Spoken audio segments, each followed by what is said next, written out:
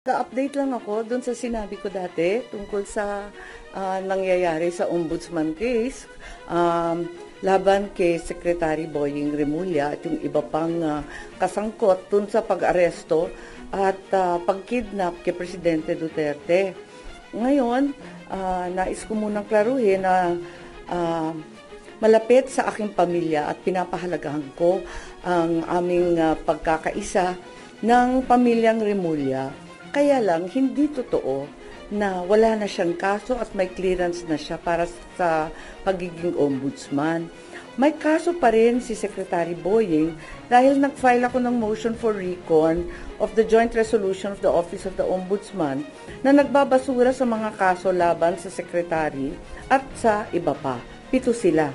Ayon sa rules ng mismong ombudsman, maaring magsampa ng motion para sa rekonsiderasyon sa loob ng 5 araw mula nang matanggap ang abiso ng desisyon. Klaro naman at ipapakita ko sa inyo na walang 5 araw na binigay sa akin. Inihain ko ang aking motion sa mismong araw na inilabas ang desisyon, umaga, hapon. Malinaw na naisampa ko sa tamang oras. Sa makatwid, may nakabinbin pa rin kaso si Secretary Boying sa ombudsman. Anumang ombudsman clearance na nagsasabing kabaligtaran nito ay malinaw na hindi totoo at ang sino man maglalabas ng ganoong clearance ay kasabwat sa pandiling lang ng tao. Inihain ko rin, part 2 na to, ang aking motion, urgent motion to inhibit laban kay OIC Ombudsman Vargas at sa mga miyembro ng panel of investigators. Dapat lang protektahan naman nila ang imahen at manatili ang dangal ng ombudsman na sa pamamagitan ng pag-urong ni OIC Vargas kasama ng buong panel of investigators. Mahiya naman sila, mahiya naman silang lahat. Nais ko rin banggitin ang narito din, eto naman yung final ni Mayor Vice Mayor Baste Duterte sa OIC Mindanao na siyang natanggap na at narehistro na sa Ombudsman Manila. Nagpapasalamat ako at may isa pang kaso. Matagal ko nang hinihintay. Buti, ginalaw na kaagad. Akala ko mag-isa ako tumatagay. Kay OIC OMB Vargas, OIC na rin ang taumbayan ang nangyayari. OIC ko na rin na dapat wag mong pakialaman dahil OIC your true colors. Kaliwa-liwanag na. At iniisip ko rin na umakyat sa Korte Suprema kapag binasura pa rin ito at tuloy-tuloy nila malabag ang iba't ibang batas at due process.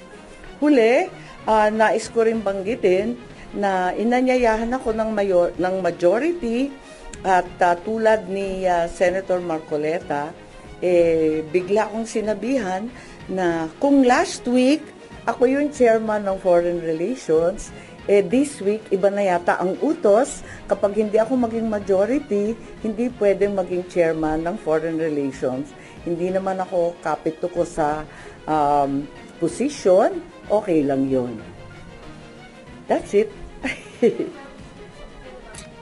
Hello. So, ang decision nyo is to remain with the minority even if that means you're gonna lose yung Foreign Relations Committee? Oo. Tama yeah. po? Oo. So, ganyan talaga eh. What committees po yung stay with you po? Parang wala. So far, wala eh. Wala pang binibigay sa amin. Okay lang. Zero committee po kayo, ma'am? Wala. Zero as in na wala na po kayong chini-chair now na committee? Wala. Ang dami, 5 nga eh. Naglabis-labis nga yung trabaho ko last session. Tapos nangangampanya pa ako. Hirap na hirap nga ako noon eh.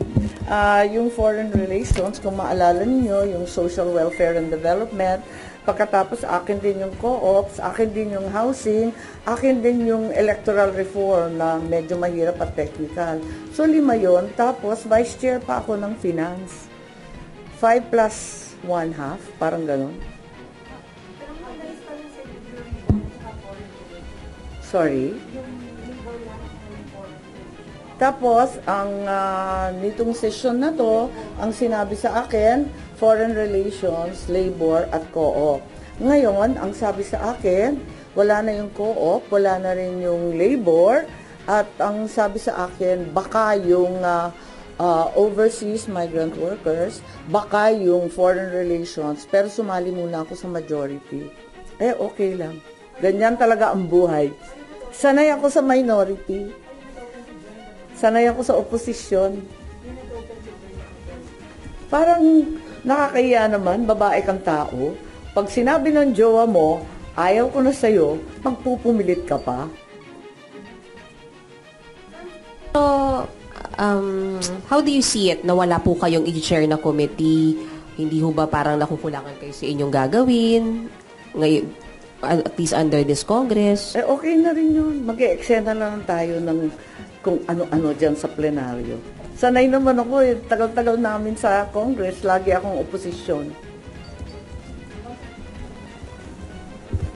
So anyway, sana mabigyan din ng konti itong issue sa ombudsman.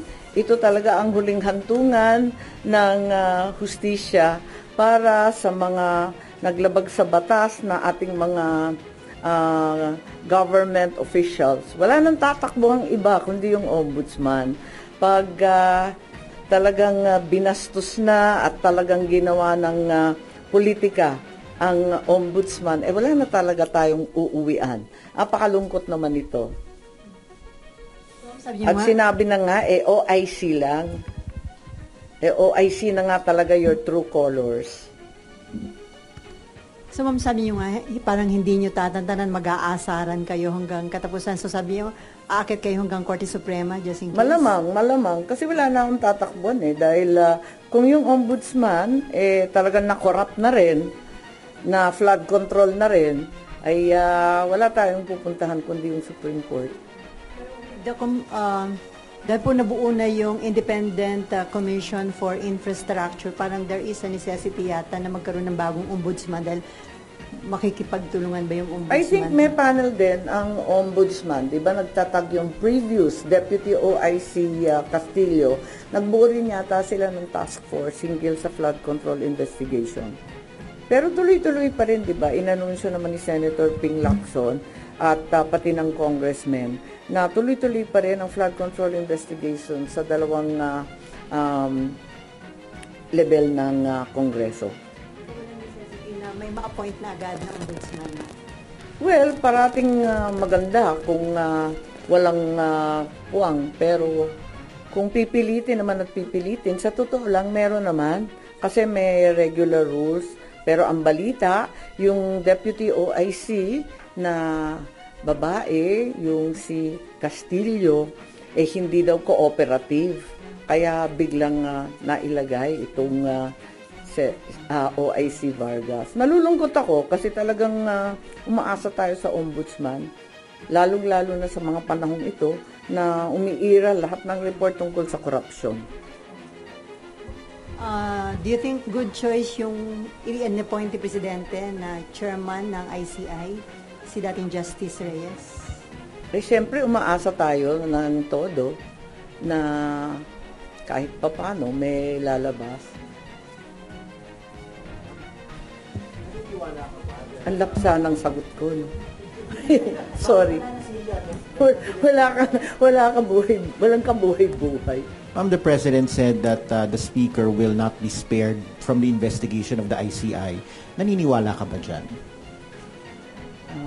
Kahit pinsan ko, kahit kapatid ko, abangan na lang natin, hindi ko sure.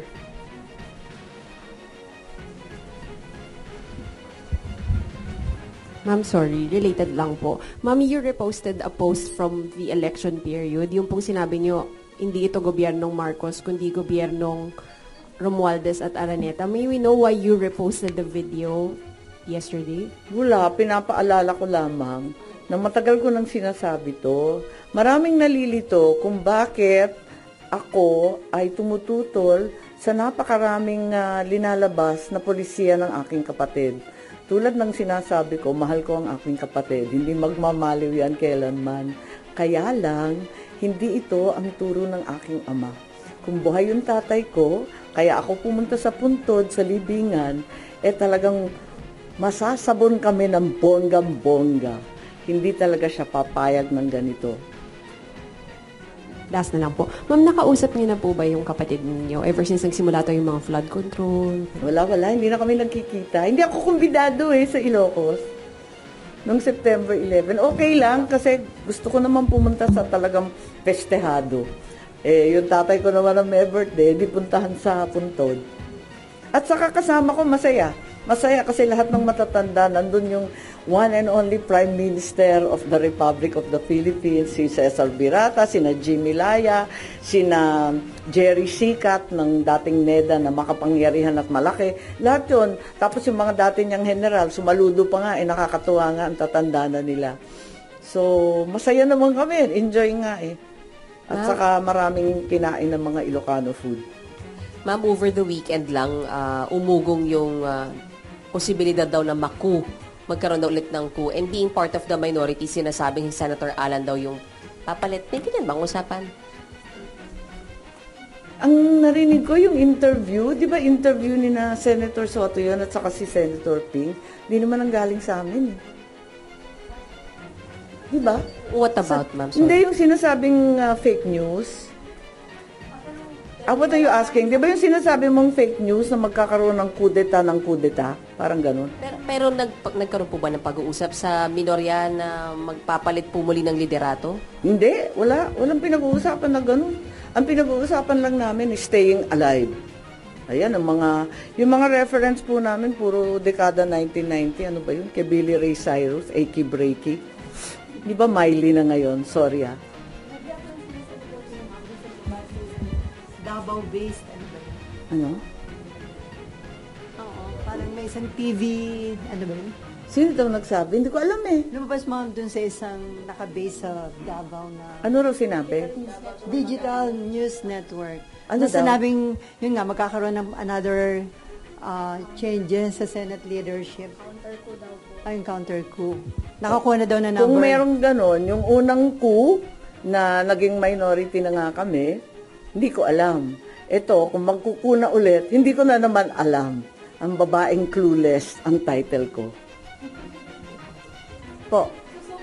Satisfied pa po tayo sa liderato ni SP Soto or may talks na po tayo na baka anytime soon may dissatisfaction na kailangang i-address from the minority? Wala naman. 1 linggo pa lang Nayayanig pa nga kami Hanggang ngayon, parang nagulat kami. Talagang nagulanta kami. I had no idea. Huwag minosen yung minority dahil 9 kayo against 15, so madaling makakuha ng numero para magkudeta. Kanya-kanyang level ng kapraningan.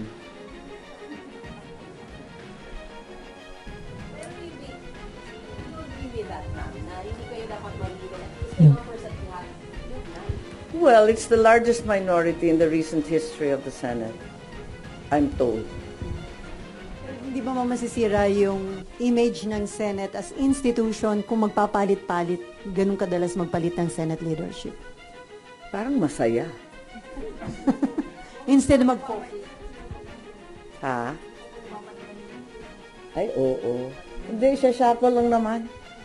Sir, ma'am, how do you feel there was a member ng minority ang inakusahan na involved allegedly sa anomalous flood control? Well, I've maintained the same position ever since.